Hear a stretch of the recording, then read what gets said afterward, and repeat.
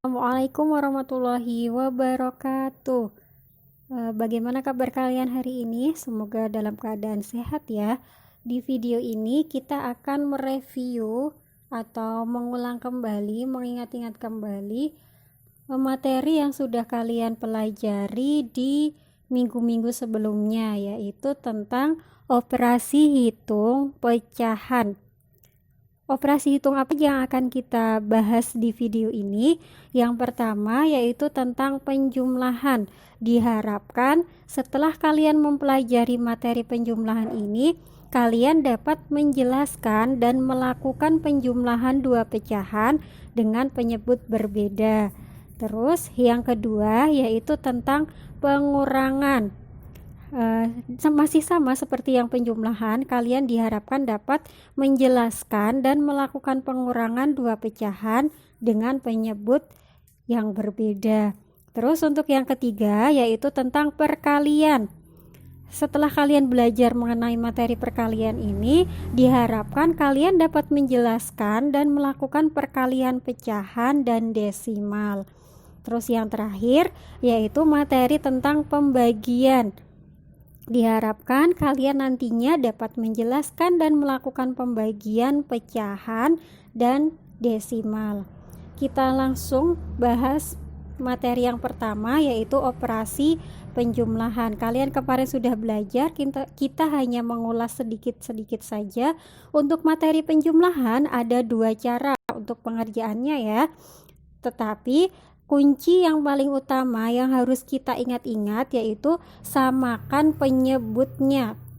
Sekali lagi, kuncinya untuk penjumlahan ini adalah samakan penyebut. Misalnya, ini ada contoh, perhatikan tanda panah ini ya, perhatikan tanda panah yang bergerak ini, 6 1/3 ditambah 2 1/4. 6 dan 2 ini dimasukkan ke dalam satu kurungan. Ini ya, 6 ditambah 2. Kemudian yang pecahan juga dikelompokkan menjadi 1. Nah, dengan seperti ini kita sudah bisa menghitung 6 ditambah 2, nanti hasilnya 8 di sini, ini 8 ditambah dengan 1/3 ditambah 1/4. Kuncinya tadi adalah samakan penyebut. Ketika kalian ketemu dengan pecahan seperti ini, yang paling penting pertama kali dilakukan adalah penyebutnya ini 3 dan 4 kalau di sini ya harus disamakan. Cari KPK-nya terlebih dahulu. Kelas 4 sudah pernah belajar tentang KPK ya, kelipatannya. Cari kelipatan persekutuan terkecilnya, karena di sini 3 dan 4, kelipatan terkecilnya itu adalah 12. Jadi 3 ini nanti kita jadikan 12, yaitu berarti dikali dengan 4. Kalau penyebutnya di sini dikalikan dengan 4, berarti pembilangnya juga harus dikalikan 4.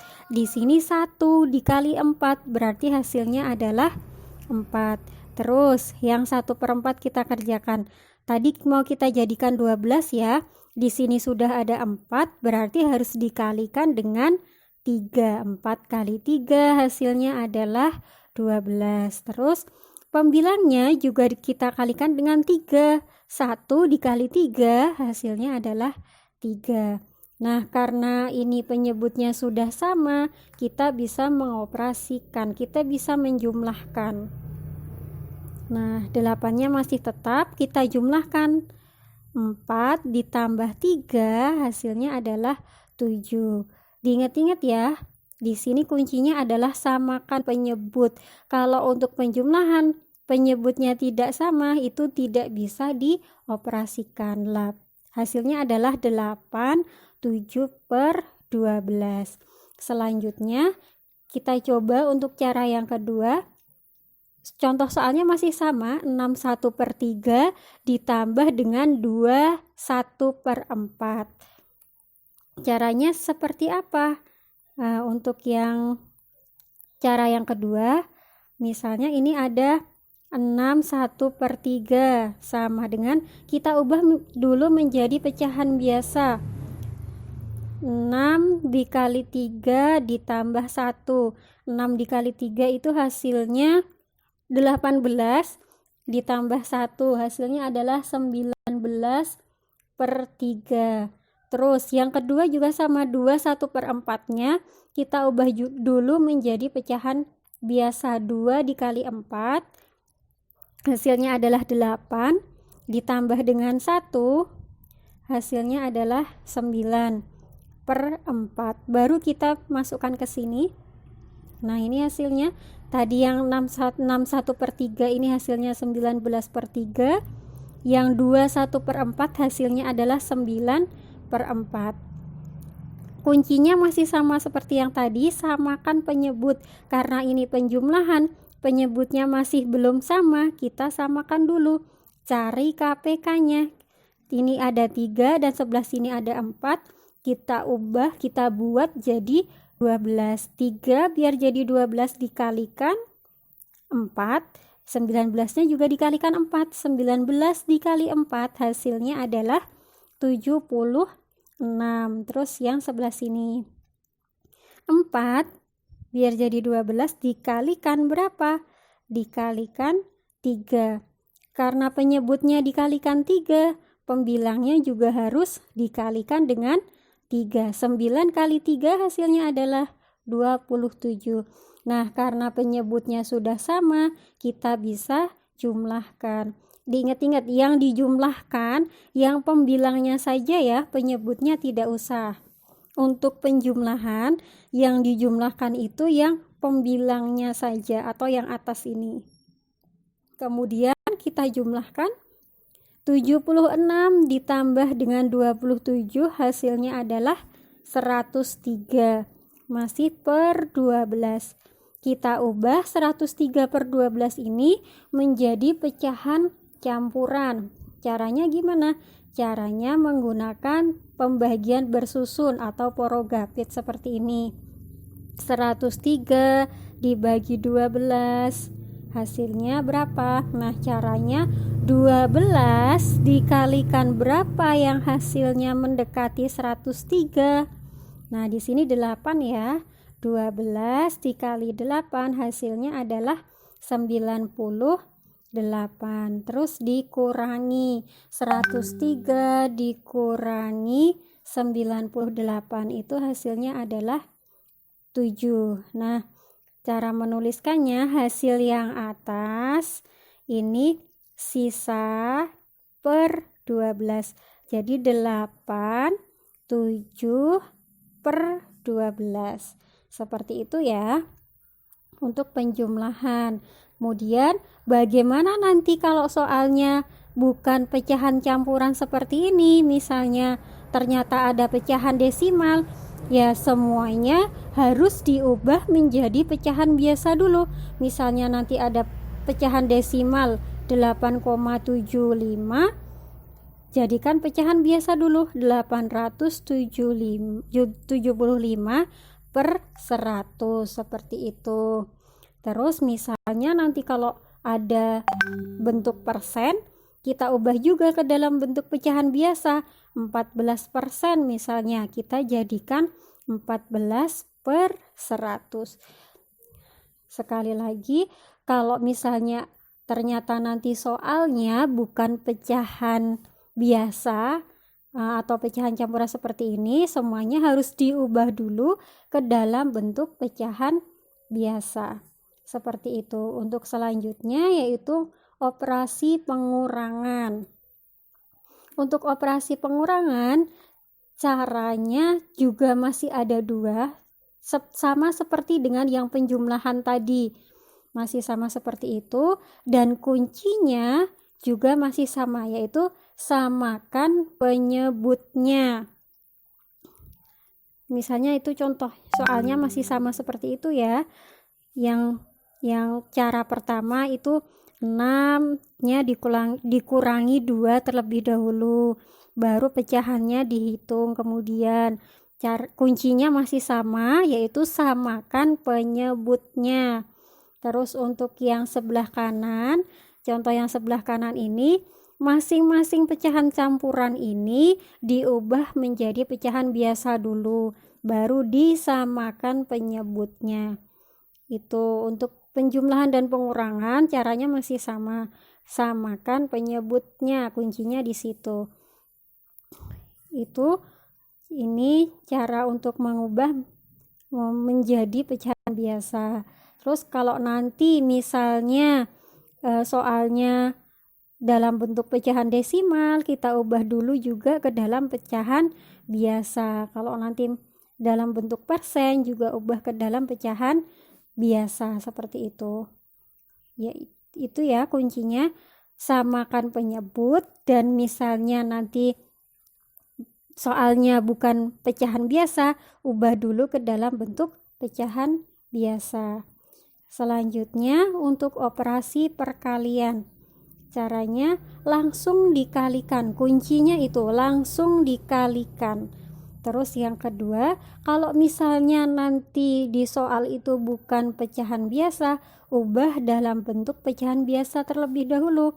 Misalnya ini pecahan campuran ini ya, kita ubah ke dalam pecahan biasa dulu, baru langsung dikalikan, pembilang kali pembilang, penyebut kali penyebut, seperti itu.